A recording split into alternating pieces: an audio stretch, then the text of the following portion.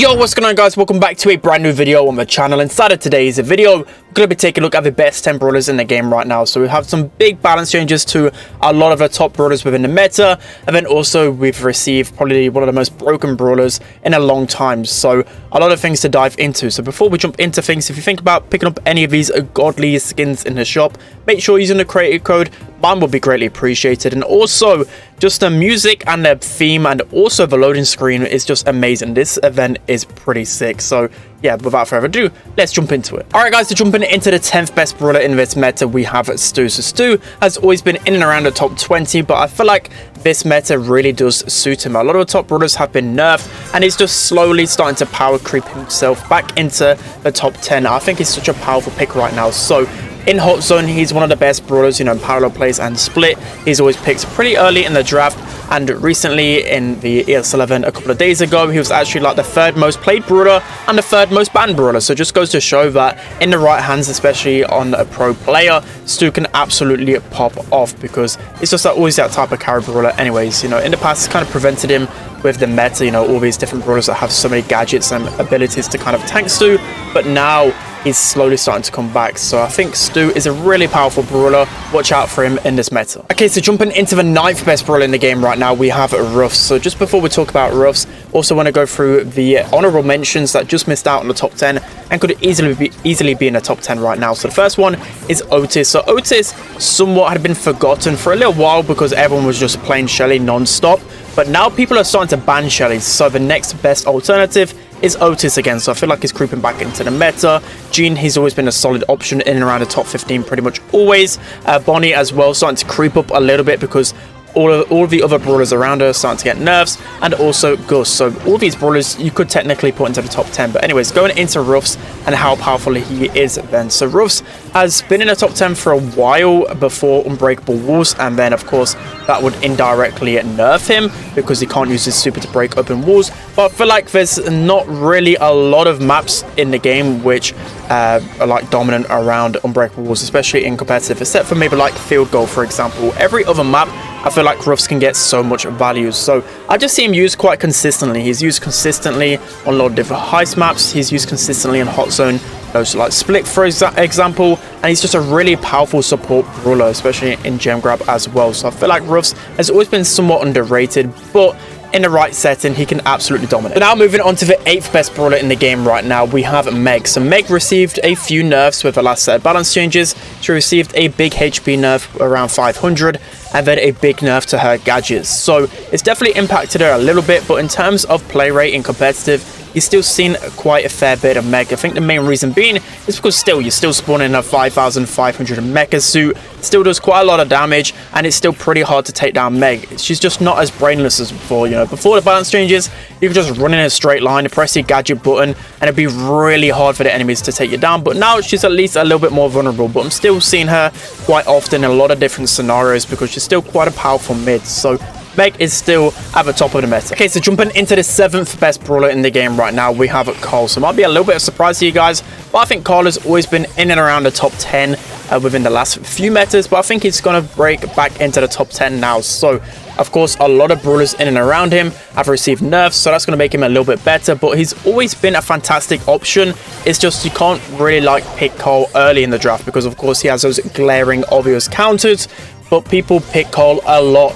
towards the end, and I always see that Carl pick work, and it always tends to carry a lot of times because he's that type of brawler which used to counter others. For example, you know, if they don't have any kind of cancellation on their team, Carls are just going to go ham on them. He has the gadget to make so many amazing plays. He's got his super with protective pirouette, and it's just basically unkillable with him.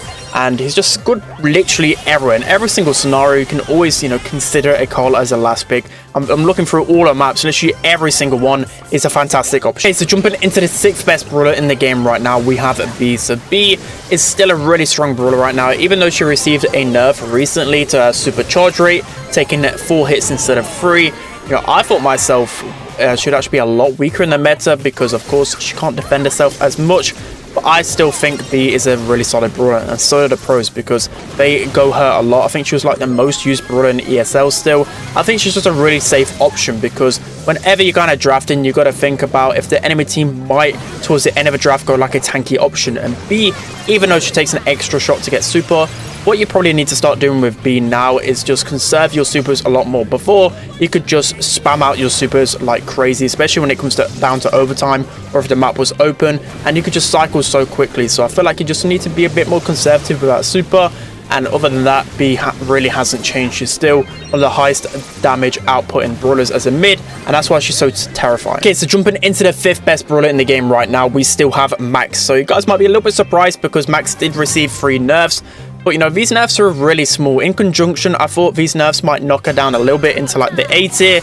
But it feels like she's still an S tier Brawler. So, main reason why she's still S tier, as I mentioned, the nerfs were only pretty small. Only 1 extra shot to super. Only a small damage nerf and a small HP nerf. She's still mechanically one of the better Brawlers in the game. You know, for Max, you don't really use her for the pure damage output.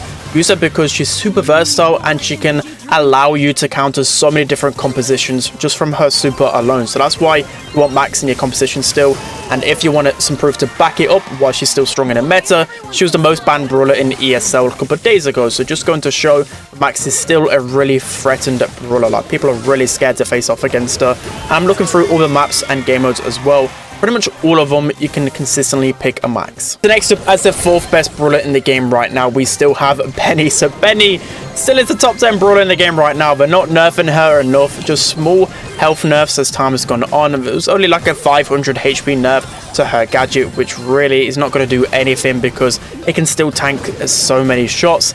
For me, Penny is still a fantastic option. Again, versatility is normally the way I kind of judge how strong a Brawler is a lot of the time, and you can just go Penny pretty much everywhere. She's still really solid against tanks, and I still feel like her biggest counters in throwers, she can still do a pretty decent job. You just got to have the jukes about her, and I still see her picks pretty much everywhere. I can look for every single game mode and map, and I can feel like a Penny can just be a solid option everywhere. I think in the future, if they want to be nerfing Penny, it's got to be something to do with that turret or just damage, because she's just so clearly one of the best Brawlers in the game. Next up, as the 3rd best Brawler in the game right now, we have Crow. So might be a little bit surprised to you guys, but trust me, Crow is such a solid option in the meta. So there's a few reasons why. I think Crow is just solid everywhere because he's got a really easy to hit shot. He's then got his slows, and then as time goes on, you know, some of the bigger kind of Brawlers you can scared about are either tanks or throwers, and Crow can deal fantastically against both. I know he's squishy, Crows can deal with him a little bit, but once Crow gets his super, he can just jump onto literally every single thrower and get a free kill. So that's why Crow is just solid option overall. You can play him as a lane, you can play him as a mid, he's really versatile. And also the biggest thing as well, when I've been playing ladder and pushing my Hank, I think the most annoying Brawler by far was Crow, because not only does he slow you, and then that can help you and your teammates destroy Hank quicker, he also has that star power. So, you know, with Hank, he deals 3k damage, but if a Crow poisons you, you only deal 2,200. So I just think Crow being one of the biggest counters to Hank actually makes him even better in the meta. Next up, as his 2nd best Brawler in the game right now, we have Shelly. So Shelly still is in the top 2, one of the best Brawlers in the game right now, easily. So they did nerf her in a few ways, but I just think the nerfs literally did nothing. They didn't actually pinpoint the main reason why she's really strong. The main reason, there's a couple to begin with. So obviously the glaring one is the fact that she's very fast. She can counter so many different Brawlers because of her very fast movement speed. She has so much HP for what she can do. You know, you think of other very fast Brawlers or just fast Brawlers, she just has so much HP, and then she's also got a really long range as well once she pops that gadget. So Clay Pigeon's been another really OP thing about her, and even though they nerfed her Shell Shock, I just feel like you still can get value out of Shell Shock. You don't really need a 4.5 second slow. You know, 2 seconds is enough to pop that gadget and get the kill. But not only that, you can just switch to the other star power. The other star power really helps her, especially against some of the harder matchups, because over time she can regenerate health and then build up that super. I just think she's a fantastic option, and still in competitive, I think she was like the most banned Brawler. She's just so hard to face off against. Easily one of the best in the game, and also she's one of the best counters to Hank, because with Shelly's super, you can reset Hank's bubble, and it was definitely one of the most frustrating Brawlers to face off against when I pushed Hank. So yeah, Shelly still glaringly OP. Okay, so jumping into the best Brawler in the game right now, I think there's zero debate here.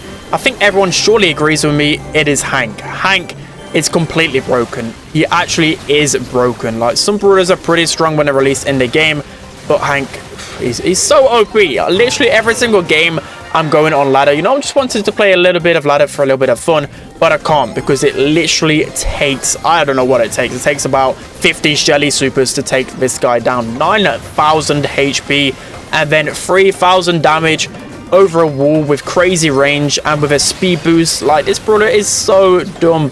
So dumb. And literally when I was pushing, I felt like breaking something because this brawler was just so broken. It felt like the only way to win was whether you won the Hank 1v1 matchup. And then not only that, you've got some really big bugs as well with the damage bugs, with his scaling. You combine him with Ruffs and 8-bit in my latest video, and you can deal like 10k damage with one shot. It's just so dumb. He's usable literally everywhere. I was watching Bobby's stream where he was scrimming, and he was literally using this brawler on the biggest maps in the game, like Shooting Star, for example. He's using it on Kaboom Canyon. So just going to show that even on the maps I think Hank will be good in, he still absolutely carries. Just the most broken brawler I can remember. Alright guys, it's going to be it for today's video. Hope you enjoyed this one. So just a quick note as well, we've still made it towards the end, is that metas do change, and I feel like I could have definitely been a lot more, you know, in terms of the ladder meta. The ladder meta literally is the best counters to Hank. So I don't know, like Colette, for example, Primo, you know, brawlers like that, M's, you know, brawlers that slow down Hank or just a big tank counters are going to be some of the better ladder brawlers. But I try to, you know, be consistent with, you know, Power League, because pretty much everyone just bans Hank straight away. So it's a different meta without Hank around. So that's gonna be it for today's video. I think I'm gonna wait until Hank gets nerfed until I do a tier list, which is gonna be sometime next week. So look out for that one. But that's gonna be it. Hope you guys enjoyed. Don't forget to like, comment, and subscribe, and I'll see you guys next time.